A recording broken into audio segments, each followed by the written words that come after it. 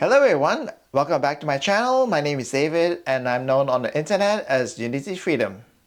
So today I will be talking about my experiences and my insights about how I became the open door while working in healthcare.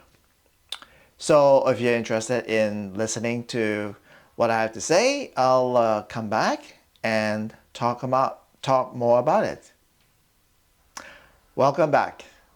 So today I like to share my experiences, how I became the open door for my higher self and for the Ascended Masters through the experiences that I had while I was working in healthcare, in nursing.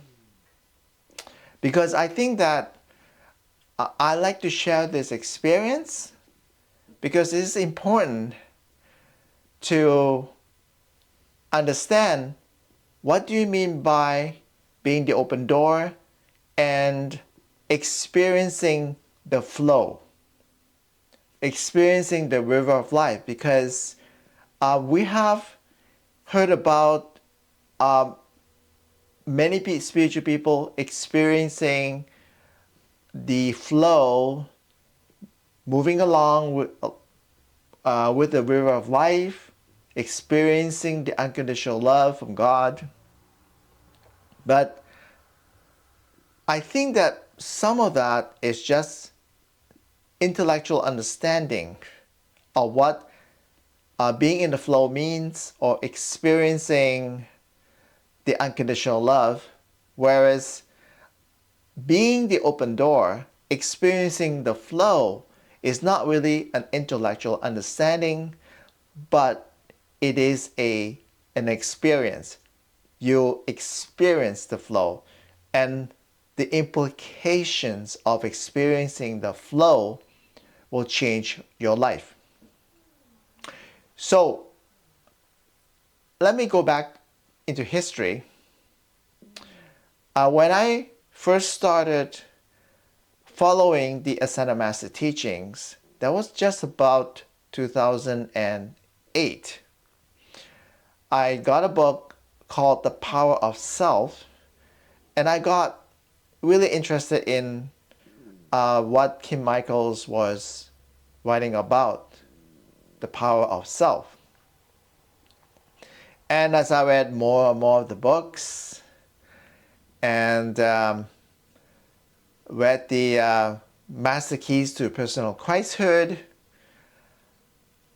at that time, I believe I only had the intellectual understanding of what it means to walk the path of Christhood. Because you start out with having some intellectual understanding of what it means to walk a spiritual path. I mean, everybody now talks about, I'm walking a spiritual path. Oh, I'm walking a spiritual path. But what is a spiritual path?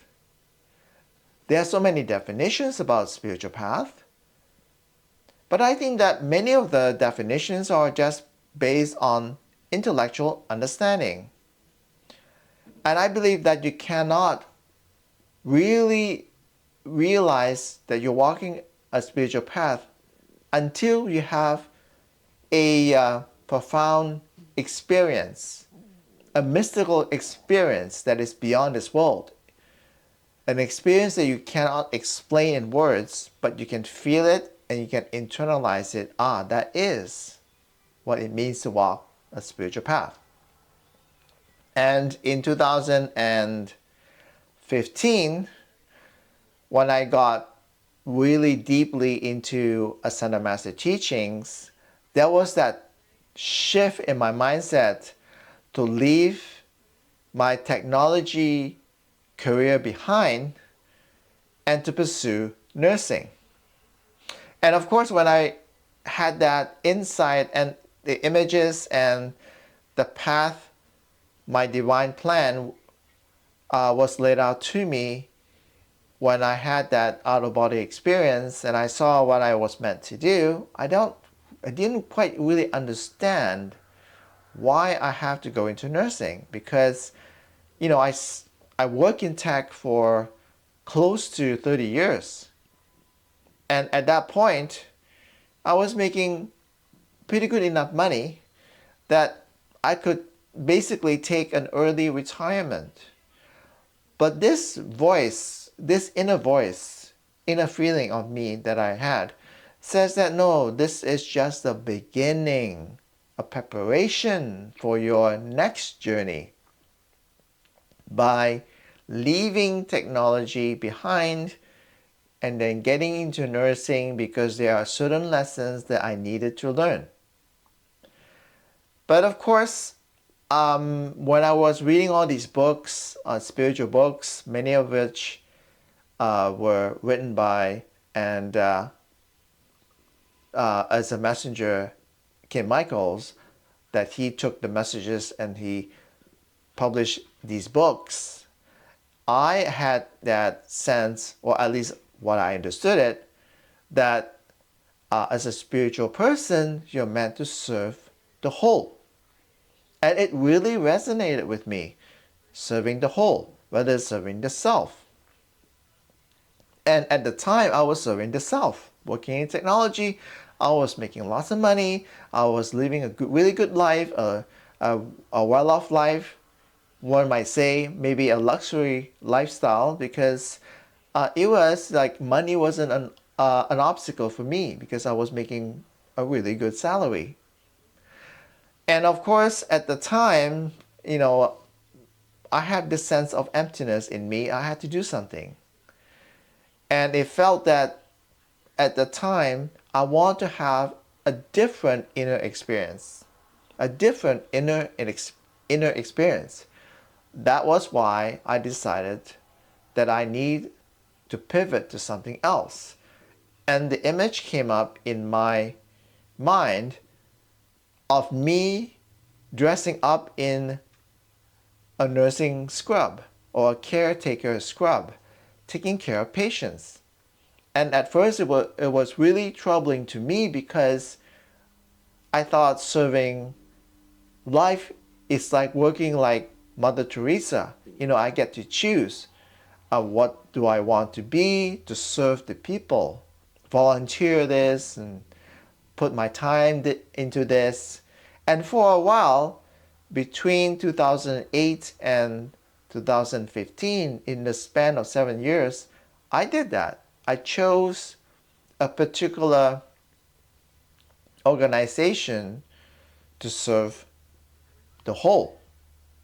And that organization actually taught me how to heal, how to use energy healing. And I was really into it. And I thought that was my destiny. And at the time, I didn't know any better. I asked a psychic and a medium, hey, can you talk to the founder of the healing modality of this organization? The founder has been dead for a while, but I didn't have a clue or a direction what I should do, how I should serve. And so I actually paid a psychic to give me a reading. And the psychic connected with this so-called entity claiming to be the founder of the organization.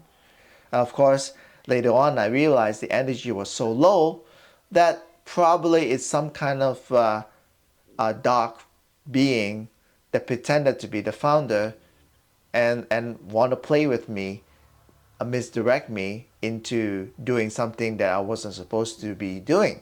But at the time, I didn't really have quite good Christ discernment, be able to detect or discern the energies, the lower energies. So I was somewhat fooled. And this psychic says, and it was channeling this entity, and this entity was telling me, David, you should be focusing your effort. You should throw your life into this organization. And for a while, at least a year, I was throwing all my life into the organization. I thought, okay, I left this technology career. I have some money, I have some savings. I can live off the savings and my investments, I didn't really need another full-time job. But I felt a sense of conflict. There's a certain resistance, there's a certain conflict between what I was told to do and what I was meant to do. It is an inner guidance. There's that inner guidance, or we can say that there's something within myself that's telling me that is not the direction that you should be going. And then, of course, it became more and more relevant and obvious as the months go by. In 2016, I just decided, no, I don't think this is my destiny to be teaching as a healing instructor. So I left the organization and then enrolled in the nursing course. And then I graduated and then started working in nursing, in caring for the elderly. But of course, at the time when I was in school, the written part I did well, but the practical part, however, I did very poorly. In fact, several times I almost failed. As one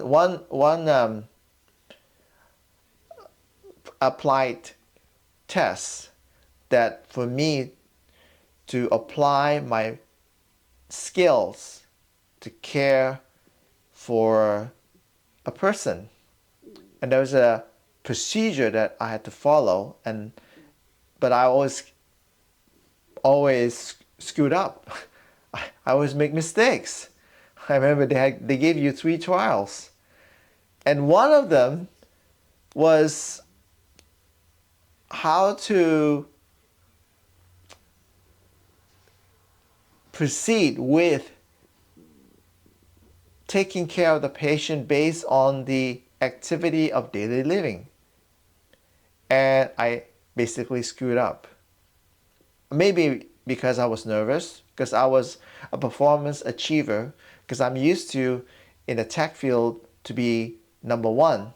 And I felt really upset that when I went into nursing, I wasn't number one. I wasn't the top. I was really at the bottom of the barrel. You know, in the applied exams, I often got C, a pass, whereas other students got a B minus or B plus or A plus. So I was looking at them. I was like, I always got a C or a pass. And so I wasn't all that good. And in my mind, there is this voice telling me, David, give it up.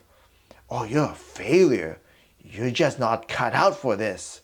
Give it up. There's this constant, very dark voice telling me, give it up, give it up, give it up. But always in my heart, in my mind, I felt the calling to be in nursing. So I stayed.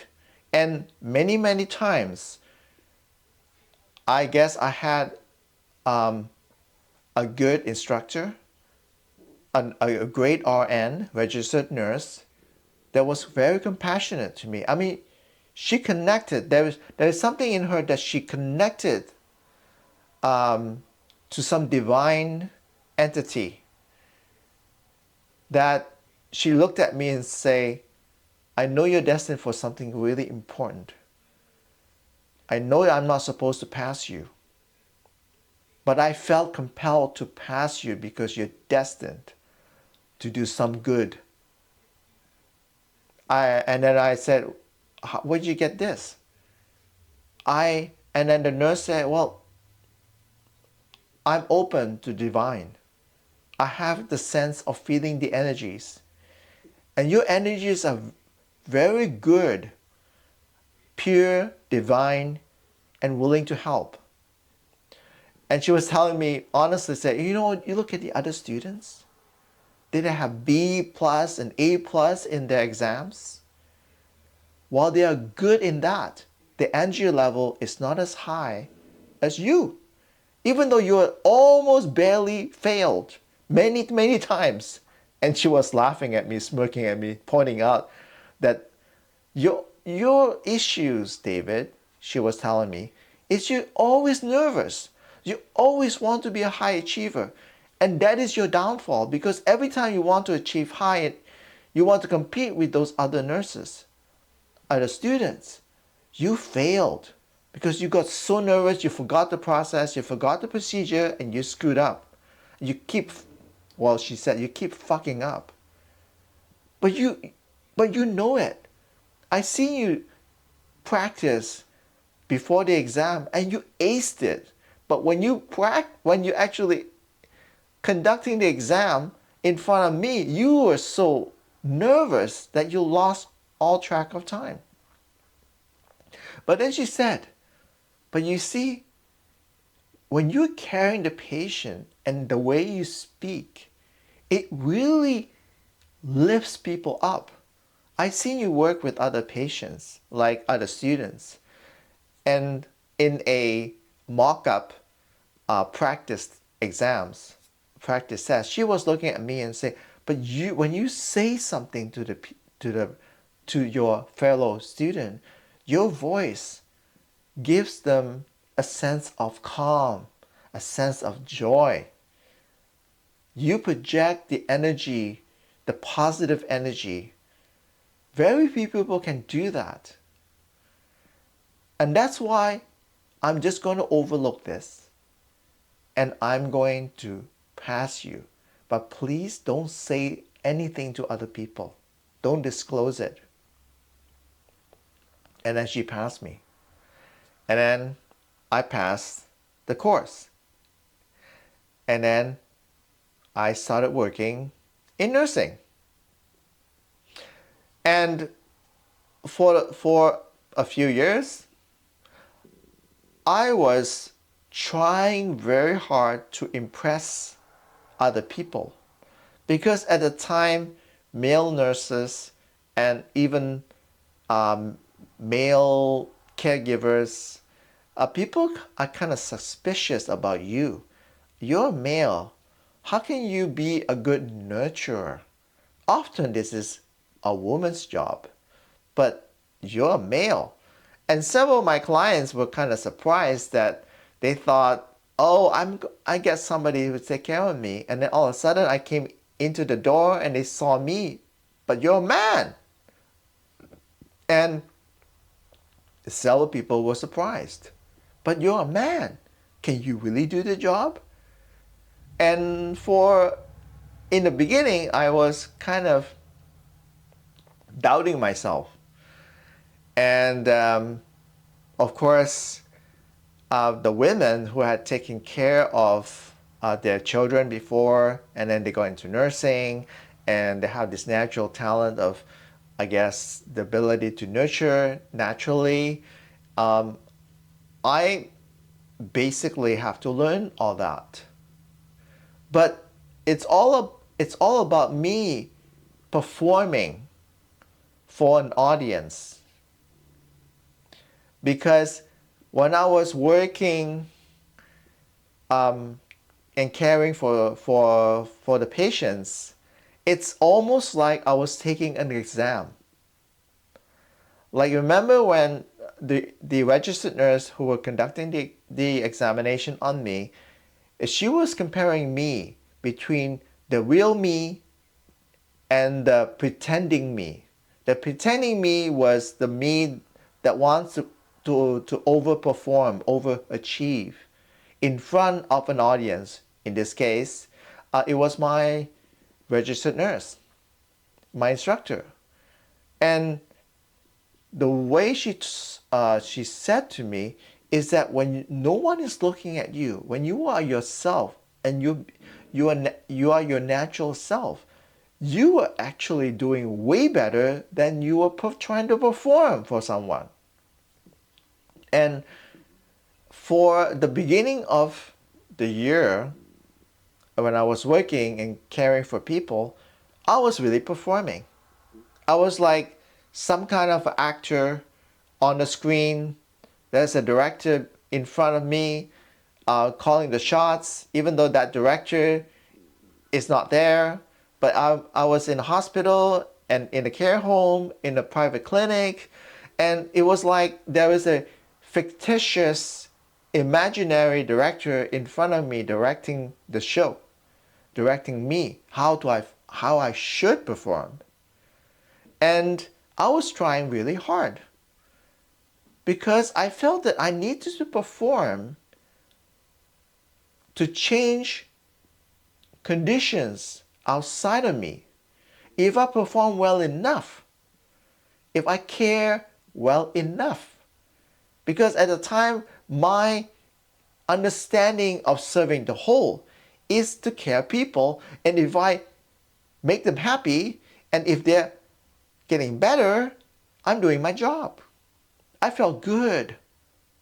But supposedly I should feel good because I'm taking care of people. I'm being empathetic and compassionate to these people. But I felt I was performing because I was doing really hard being someone who needs to perform to impress someone. And at the time, I really want to impress the other female nurses because they always make fun of me. So you, David, you're a guy. You don't know all these things about women taking care of people, this and that. And for a time, I actually believed them. I was actually trying to prove to them, almost like a woman tried to prove to a man that a woman can do a man's job. But in this case, I was trying to prove that a man can do as well or better than a woman in a woman's job. Because in healthcare, more than 90% of the nurses are female. So I was trying to overperform, trying to impress these female nurses and impress the patients that I am the best nurse. But of course, at the time, what I was trying to do is I was trying to at least execute my understanding of serving the whole. So every time if I screwed up, if they complained that I screwed up, I would react. I would feel humiliated because I screwed up. I would felt embarrassed because I put the bra in the wrong place. You know, the women's bra, there is a cup, and then if you put it the wrong way, it will just pinch on the breasts, right? I didn't know that, and I got laughed at by the other female nurses. Say, you don't even know how to put a bra properly on a woman. I said, well, I used to I take bras off women, but I don't put them on. So I didn't know how to do that. I certainly didn't know how to properly choose the bra because I don't put on bras myself because I'm a man. So all of these challenges, I was trying to perform, and I felt embarrassed because I didn't know how to do this. I felt humiliated because I was always picked on and put down by all these nurses. But I think that one day, because of this stress, I was trying to overperform. I was trying to overperform to impress an audience. And then one day I remember taking care of one old lady. She's got dementia. She's one of the old lady that really liked me because I always take care of her properly. And she said that I reminded of her husband, that her husband was also taking care of her when she had the early dementia, in the early stage of dementia before she was sent into a care home. She remembered that it was her husband taking care of her, helping her bathe, taking her shower, and so forth. So I reminded, that I was reminded, like she thinks that I reminded her of her husband. And then we were close. But I think one day that I just snapped. I mean, the stress of me trying to overperform and the embarrassment and the voices keeps telling me, David, you're a failure, a failure, a failure. And I guess I was taking care of her. And then one minute I just snapped. And I think I yelled out, motherfucker! This is fucking hard! That was what I yelled. And I think the hospital heard it. It's like, who was yelling? Profanity. And it was at that moment I yelled, I snapped. It was the shock that I received, the frustration, basically I just felt this is enough. Like I just couldn't do this. I'm not cut out for this, right? And I felt I was a failure. How can I be angry? I'm supposed to be a spiritual person. How can I curse and utter profanity when I'm supposed to be an ascended master student? But I did. I uttered profanity. I said, fuck you, this is fucking stupid. But I just yelled out of frustration because I was performing. Or is it me that was doing the job the first year? What happened was after I did that, I basically cried, actually right in front of her.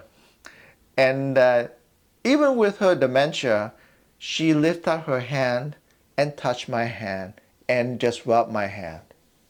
And she says, don't cry. Don't cry. You're doing well. Even though she has dementia, she still has that my client, she still had that sense of caring. And it was that point that I remember something strange happened to me. I had this mystical experience. All of a sudden, my heart opened up. I was crying at the time, my heart opened up. And then this strong flow of energy coming from above down below. It was rushing really strong. And it was pulling me up. That is just, the experience is completely it cannot be put into words. But I felt it was lifted up. Meaning that I was so down, so frustrated, so I was hopeless. I had almost like I had given up. I'd say I didn't want to do this anymore. And then this force, this energy, uplifting energy with full unconditional love, it was pulling me up. I sensed this flow. My body begins to warm up, like warm really up. And so I was like, wow, this is interesting. And then there's this very calm female voice came to my ears and said, you're doing just fine. All you have to do is be yourself. Focus on my energy and then allow it to flow through you while you serve. And then the energy and me, we will do the rest for you. All you have to do is just be the door that opens up and allow the energy to flow through. And then anything that flows through you, it will touch somebody else. And it will help somebody wake up. You're just the door, the conduit. That's it. That's all you have to do. You don't have to pretend. You don't have to work up some kind of a show. You just be the open door and just be neutral about it. And that was something, it was a profound shift that I experienced. Because at the time, when I thought about serving the whole, It was like service. Why? Right? I mean, taking care of people. That's often what serving the whole means. Oh, I have to be compassionate. I cannot be angry. I cannot be hateful. I cannot be judgmental. I cannot be this and this and that. But those are just concepts of what serving the whole means. And it's not wrong. It's not wrong. Serving the whole is to serve other people, to help them overcome their difficulties. That's not wrong. But what's not right, not correct, is that when you're serving the whole, you don't pretend to serve all by yourself, because you can't really serve the whole all by yourself. Like Jesus says, I on my own self can do nothing. It is the Father within me that does all the work. And that Father is the Jesus higher self, or the I am presence.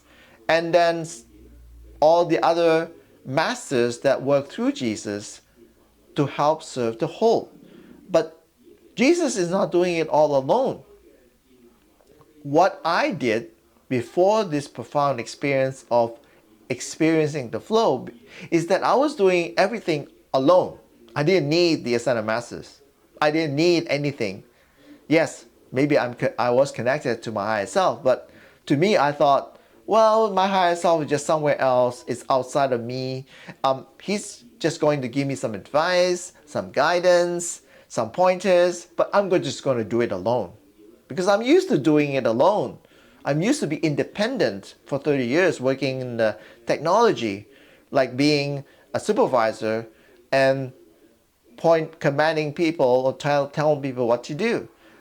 But that is just the human aspect of serving the whole. The real spiritual aspect of serving the whole is to be the open door, to allow light to flow through you, which is the flow, and then you are allowing it to flow to where it needs to go. You're not really pointing out that you are doing this all by yourself. The flow is not because you're doing it, it's because you're just the open door, and then the flow, the light flows through you, and as you become neutral, there is no, you don't have any ambitions, any certain images that you want to be accomplished, you want to manifest. It's all the visions and the images from the masters or from your higher self. So it's the divine images, and it flows through you, and then it gets manifested in the physical world. But in my case, I needed to have that experience. Because without that experience, what would happen? Because that experience is that at that moment in time, I really yelled, this is it, this is enough, what should I do? Because I was doing it on my own, taking care of the patients on my own terms. But when you're serving the whole, it's not you doing the work. It's your higher self and the ascended masters that you allow to have them be the open door. You're being the open door for them to do the work through you. So before you become the open door, you have to come to a point and say, that's it, I am surrendering. Now, for me, I had to utter a bunch of profanities like fuck you, this, that. But that's natural. I was frustrated. I got to a point that I just could not take it anymore. And to me, I felt it was a shock. It was a shock that it's like I was there and something shocked me out of the belief that I was serving the whole all by myself. I'm just doing it all by myself. I don't need help from my higher self. I don't need help from the ascended masters. But that simply does not work. You simply cannot do it all by yourself. And there are reasons for that that I will discuss in my future podcasts. But in the meantime, you cannot do it all by yourself. You have to serve the whole by working together with your higher self and with the ascended masters that you have attunement with. For they are working with you. For they have the power to make a difference. You just being their surrogate, so to speak, or just being the open door. You're serving in a capacity of being neutral, of being the open door, and then you allow them to work through you for whatever things that they want you to work.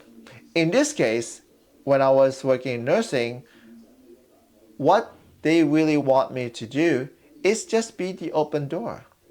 It's just be the open door for the people that I'm working with, the patients and the nurses, to give them a different perspective. Take, for example, the two ladies that I had talked about them before. One of them was a working girl, and all her life she thought that all the men are interested only in sex. And when I came and helped her out, the flow of light allowed her, because many people today, when people judge you, when people condemn you or put you down, it's not really them. It's not that individual that putting you down. It's not that actual individual that judge you or talk you down. It is an entity. They're being influenced by some forces, some dark forces that have taken over their rational mind. Because if you're rational and you have your sense of control of your own mind, you can see that, okay, maybe he said something that I don't agree with, but your rational mind will tell you, no, you shouldn't be pointing, like you shouldn't be putting that person down, or you shouldn't be criticizing that person. Like the nurses shouldn't be putting me down because I didn't know how to put a bra on a woman. I mean, if you're a compassionate person, you will see that, oh, David doesn't have any proper idea how to put a bra on a woman. Maybe I should teach David instead of laughing at David and making him embarrassed that he was so stupid, doesn't know how to put a bra on. But at the time, I realized it wasn't those nurses that are embarrassing me. It was the dark forces and dark energies, because there's a lot going around in hospitals and care homes and clinics, right? There's an infestation of dark energies that can influence people with weak minds to condemn other people or to embarrass other people. And what my role was to serve the whole is to give the example of someone who is the open door, allowing the light to flow through. And guess what? The light temporarily disrupt the negative energies that being influenced, that were influencing these people to commit actions that are not of God. So it temporarily disrupts the influences, so these people could really see that what they have done to me, to David, is really not the highest. But they couldn't see that because if no one is the open door, then they're continually doing this mindlessly, like they have a mob mentality. They just attack the person. They don't know why. They just humiliate that person or embarrass that person. They don't know why. And if you're not the open door for your higher self and the ascended masters, when you get attacked, You think, you really believe that that you screwed up, that you really made the mistake, instead of being able to ponder, maybe I don't have the skills. Maybe I really don't know how to put a bra on a woman properly. Maybe I should ask someone, oh, how do you put on a bra properly on a female client? But you see, I couldn't ask that question before I became the open door. But once I became the open door, the light flows through me, then the dark forces, the dark energies could not influence me to engage in critical thinking, in engaging my rational mind. And then I can use my conceptual mind to conceptualize, oh, this is how I should put the bra on, so that the person will feel respected, instead of you just slap it on and you feel, oh, it's not comfortable. Oh, you didn't ask me if I like the color. So I couldn't see that when before I was the open door. But once I became the open door, it becomes more clear. It's like the light is shining right through your mind, and any darkness that you have in your mind is being lit up by the light. So there is no shadows in your mind. So now you can see, you can question anything in your mind. Is this me that is doing this? Or is it me? So you can question, you can begin and start to question even lies being promoted by other people, such as Donald Trump in the US. I mean, he keeps saying, oh, I reach a deal with the Strait of Hormuz every single time, but now I can see it's just a lie. Lies upon lies upon lies upon lies. Now, how could I see it as a lie? It's because I am the open door. The light shines through. I can see it's a lie because it's a lie. It's a shadow, right? But for people who are being influenced by the dark forces and dark energies, they can't see it as a lie.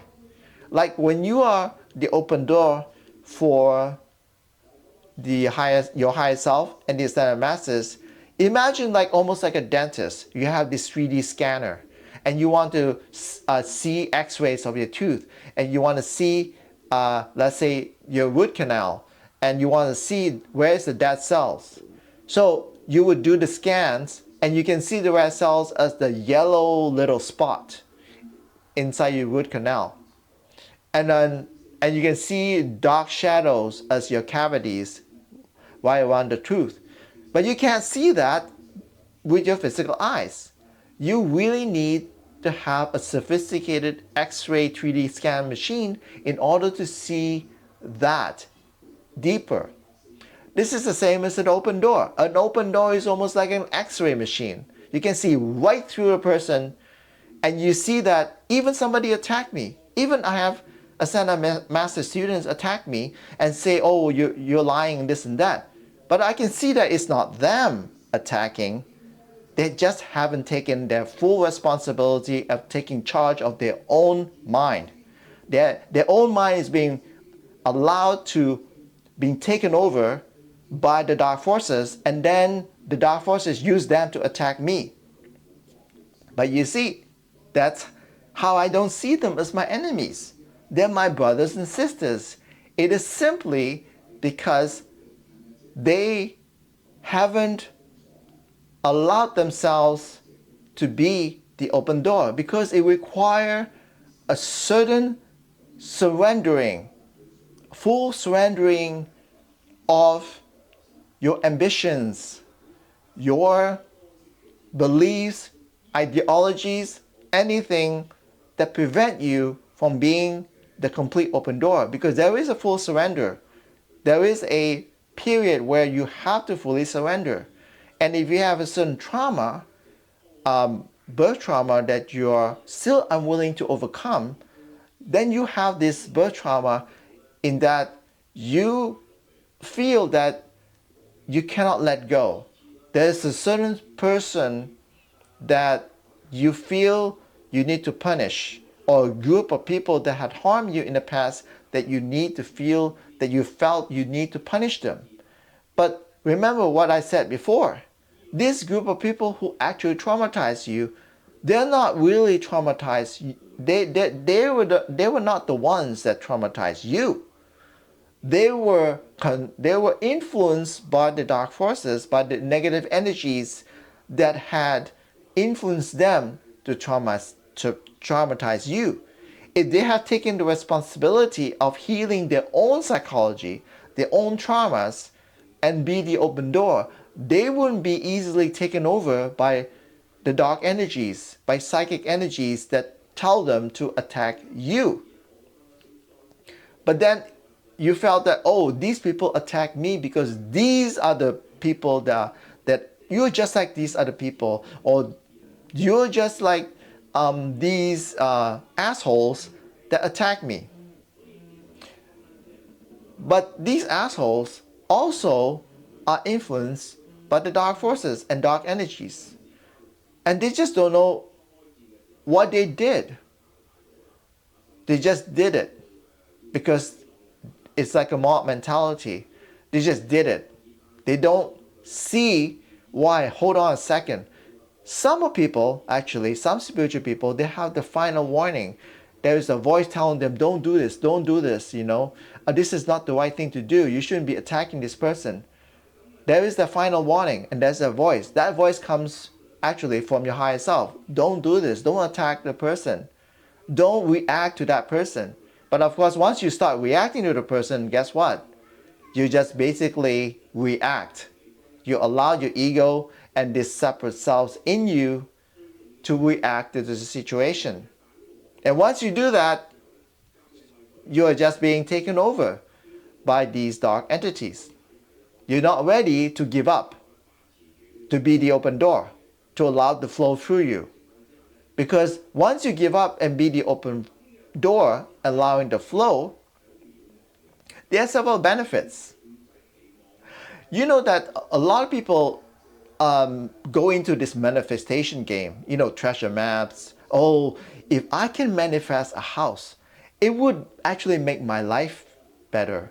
If I have a perfect relationship, it will make my life better, right? It will change my inner experience. It's like saying, oh, if I put the cart in front of the horse, it will actually make the cart go faster. But imagine this, how can a cart pull a horse? Isn't a horse supposed to be pulling the cart? And how do you change your inner experience? By relying on outer experiences to change you. You can't. Because outer experiences simply cannot change your inner experience. Because why do you get these outer experiences? It's because it comes from your inner experience. It is projected out in the open, and then you see it as real, as what's going on happening, people attacking you. But the reason why people are attacking you, or simply traumatizing you, is because in your inner experience, you want to have a new change. You want to change your inner experience. You don't really want to be in this inner experience anymore. You want to have a new inner experience. But instead of you changing your inner experience by allowing yourself to be the open door, so the flow goes through and you have a new inner experience, and you can formulate a new experience to change your outer experience for something better. But you cannot do that by trying to change outer experiences, because they were the creation of your current inner experience. You have to change your inner experience first. But you cannot change your inner experience if you're not the open door, or you're not willing to give up. Give up the ambition. Give up your beliefs, your ideologies about how you should serve the whole. And that was something that I had to give up. But it was a dramatic thing, it was so dramatic. I had to yell out, motherfucker, I wish I was like the Buddha, sitting under the Bo tree, and poof, say, I gave up, I surrender. But I didn't feel so bad because Jesus was melodramatic as well. He had to cause a scene in order for him to give up.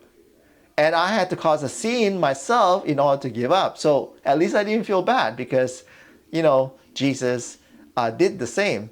And in fact, when in like in subsequent years, Jesus always comes up and say, David, we're the same. We do. We did the melodramatic thing about giving up. I yelled, I said something, on the cross. Well, you were on the cross too, David. You were yelling profanity, but that's okay because at the end of the day, you surrendered and you became the open door, right? And then another thing Jesus always make jokes about because I was like really embarrassed, and when I was on the train, you're doing this kind of job is like it's you're in the care home. For some reason, they like to turn up the heat, and then you're working, and then you're just working, and you're sweating, and you at the end of the day, you just felt like you sweat like a pig, and in the train you felt embarrassed because you smell like you smell. I smell. I felt embarrassed, and then always Jesus, always the melodramatic, comes in and say, David, but don't forget, when I was walking on my mission, I didn't have a bath too. I also smell just like you. And it made me feel good. And that's the thing about the open door. Even you're down, even you're like down and out, you feel embarrassed, you feel shamed. There's always that sense of support from your higher self, from the ascended masters, any masters that you're attuned to. You felt that sense of kinship, support, love. Yes, it's a tough job out there. Yes, we've been through that before. Yes, we've been humiliated and embarrassed. But the joy is we all became the open door. And for me, that is the joy. Is allowing me to be the open door, allowing the flow to flow through. I don't feel like it's a waste of time. Like even if I make this video, even if I get 1 like, 2 likes, or no likes, maybe I got 1 viewer, which is good, at least somebody watching. Maybe I got 200 viewers, it really doesn't matter. Because the joy comes from making this video. I always look forward to make a video every 2 weeks. Because I always enjoy that joy, the preparation during the 2-week period to make the video, to prepare myself to make the upcoming videos. But that is the joy. That is the currency, the flow coming through from above down below. And then across horizontally, where I share the videos, share my insights. Instead of like trying to perform, try to get an audience, try to get some validation. Like when I made a video about the train of suffering on my last video, about looking for outer validations. And that was what I was looking. I was always constantly looking for outer validations.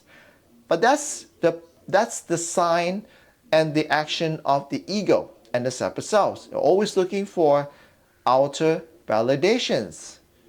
But in a way, that's good because eventually you're going to run out of steam.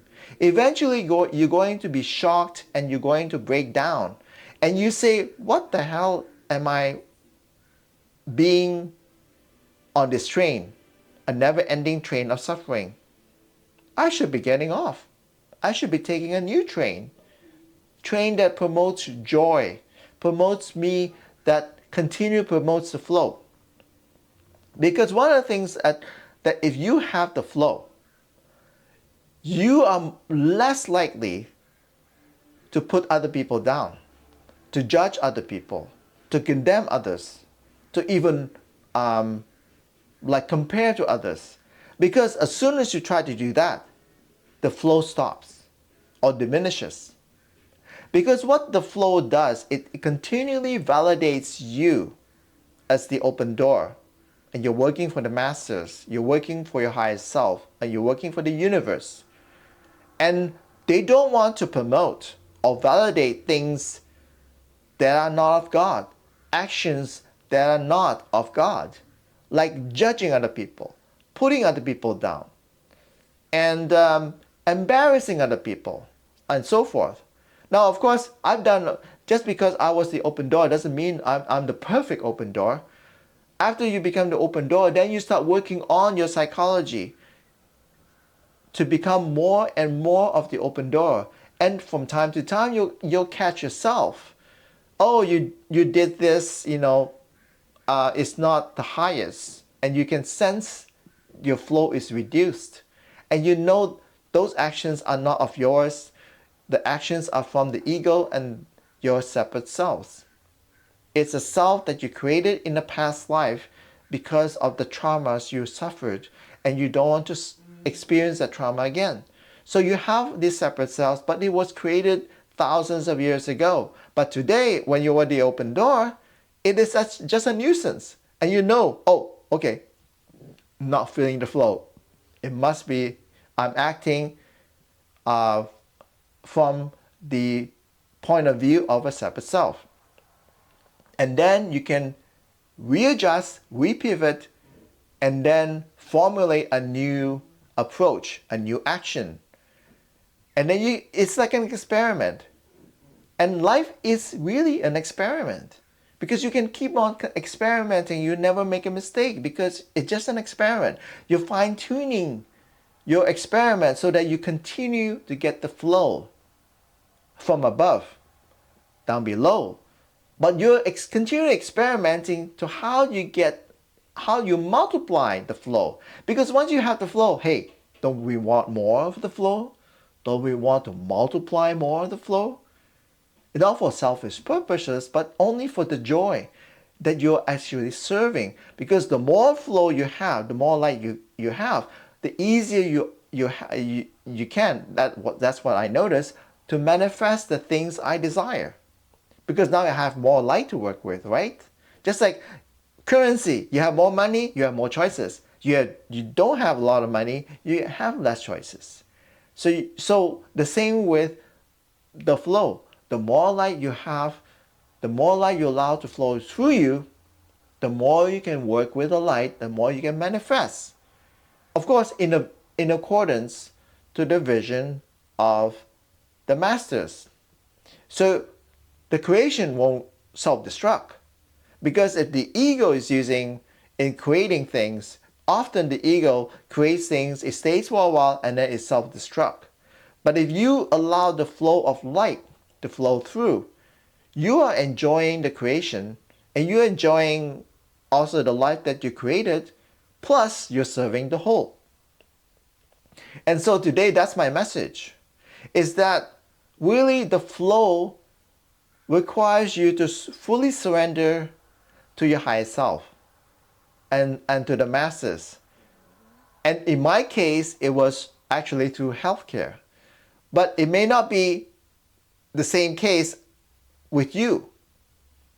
You probably have a certain situation that you're really stuck in, that you're really you're almost like stuck in mud, that you can't move, or in quicksand, you can't move, and you're struggling. The more you struggle, the more you sink, right? But that was me. The more I struggled trying to perform as a nurse in healthcare, the more I sink. And I sank deep enough that I said, this is enough. I want a better life. I want something better than this. And when I said that, I gave up the ghost and I allowed myself to be the open door. And it's okay if you are being melodramatic about it, causing a scene to give up the ghost, or you're just like the Buddha, being quiet, sitting down on the bo tree, poof, you gave up the ghost. That would work as well. It doesn't really matter. What really matters is that you are the open door. You have to make the choice to be the open door. Okay? I hope you help. I hope that my talk and insights help you out. As usual, please subscribe to my channel and put some likes if you can. All right, this is David saying goodbye.